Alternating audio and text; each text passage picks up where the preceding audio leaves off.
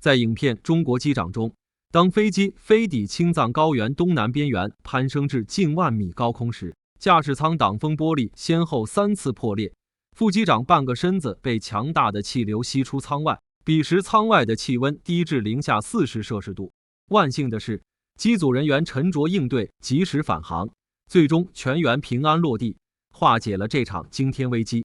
事实上，民航客机通常不允许直接穿越西藏区域，若要抵达西藏境内的机场，往往需要绕道飞行，否则就有可能遭遇电影中那样的致命风险。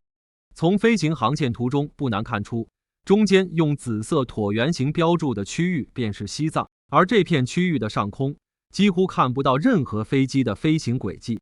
众所周知，两点之间直线距离最短，可为什么众多航班宁愿多消耗燃油，延长飞行时间，也不愿从西藏上空径直飞过？这片被誉为世界屋脊的土地，究竟隐藏着哪些不为人知的危险，让飞机望而却步？首先，西藏的高海拔与极低气温是阻碍飞机通行的首要因素。作为青藏高原的核心组成部分，西藏素有世界屋脊的美誉，坐落于青藏高原西南部，也是我国平均海拔最高的地区，平均海拔高达4000米以上。世界第一高峰珠穆朗玛峰便坐落于此。高海拔带来的直接影响就是空气稀薄，气温骤降，给飞机飞行带来了极大挑战。常规情况下，我国民航客机的飞行高度在6800至8000米之间，而西藏境内海拔7000米以上的高山就有数十座，其中超过8000米的高峰多达5座。这就意味着，飞机若要穿越西藏上空，必须提升飞行高度，才能避开这些高耸的山脉，避免发生撞击事故。即便如此，复杂的地形依旧给飞行安全埋下隐患，一旦对山脉位置预判失误，就可能酿成机毁人亡的悲剧。因此，从安全角度出发，多数航班都会选择绕开这片区域。气温方面，遵循海拔越高，气温越低的规律，高空的低温环境对飞机飞行构成了严重威胁。近年来，多个国家都曾发生过类似事故。客机途经高海拔区域时，当外界气温降至-50摄氏度左右，机上燃油会发生冻结，进而导致飞机失去动力，引擎熄火，最终引发飞行意外。而飞机若穿越西藏上空，飞行高度需提升至10000米以上，此处的极低气温极易导致燃油凝固，后果不堪设想。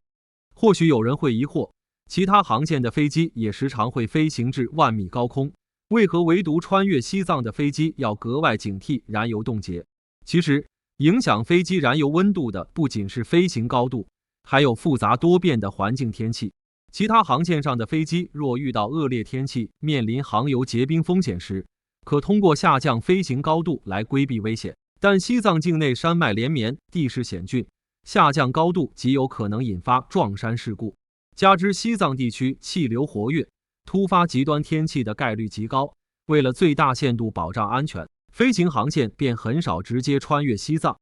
除此之外，极低温环境还可能导致飞机进气口和机翼前缘结冰，结冰会直接破坏飞机周围的正常气流，导致飞机飞行时发生失速，进而引发安全事故。这也是飞机不愿穿越西藏上空的重要原因之一。其次，西藏复杂多变的天气与紊乱的气流，进一步加剧了飞行风险。作为典型的高原气候区，西藏境内绵延不绝的高耸山脉，对整个欧亚大陆的气流流动产生了巨大影响。受地形阻挡，西藏上空的气流不仅强度大，且紊乱无序，难以预判。这种不稳定的气流会严重干扰飞机的正常飞行，导致飞机颠簸、失控，甚至被强气流卷入，造成难以挽回的后果。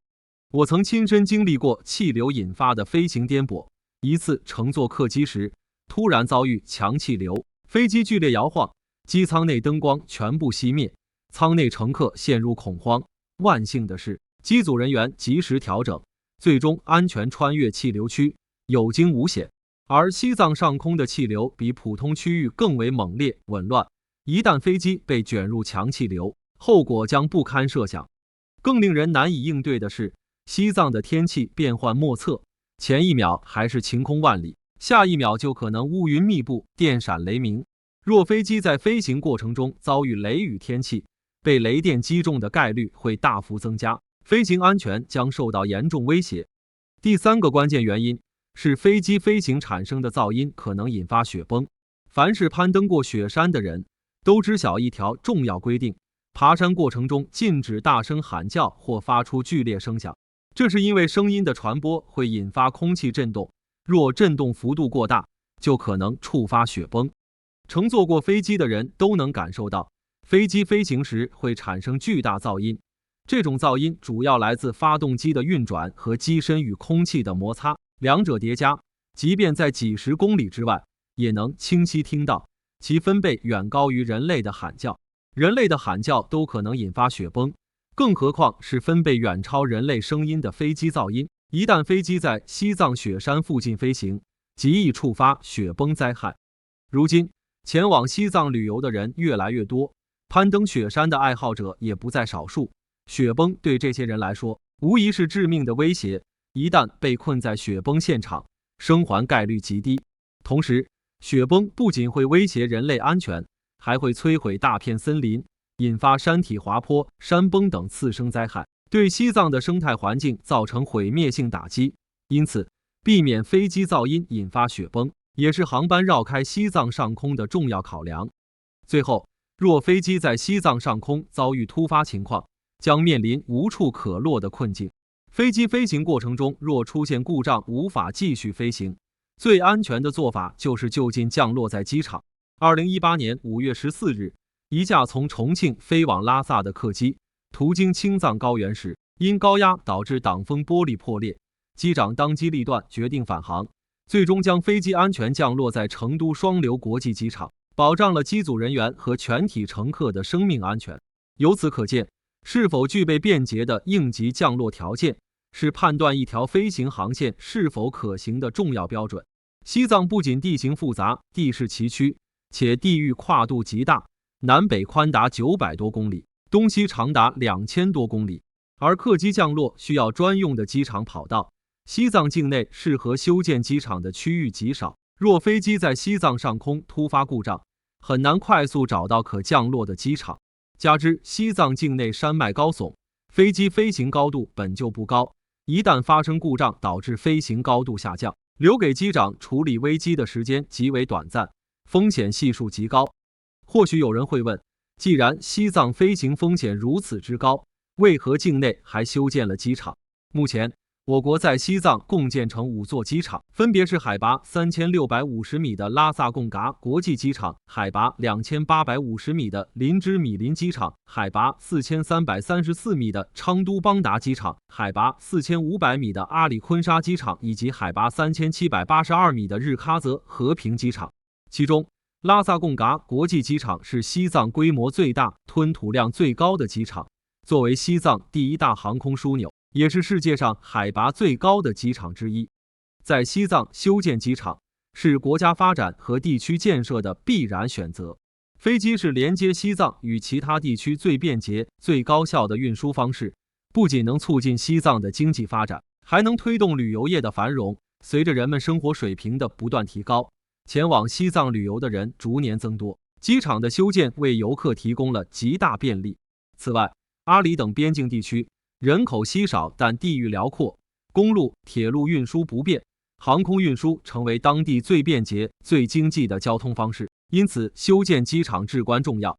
为了适应西藏的高海拔环境，这些高原机场也有其独特的设计。由于高海拔地区含氧量仅为平原地区的50%，会导致飞机燃料燃烧不充分，功率下降。因此，高原机场的跑道长度至少需要达到5公里，才能保证飞机顺利起飞。同时，飞往高原的客机与平原客机也存在差异，航空公司会对高原航线的飞机发动机进行专门改装，提升其动力性能，确保飞行安全。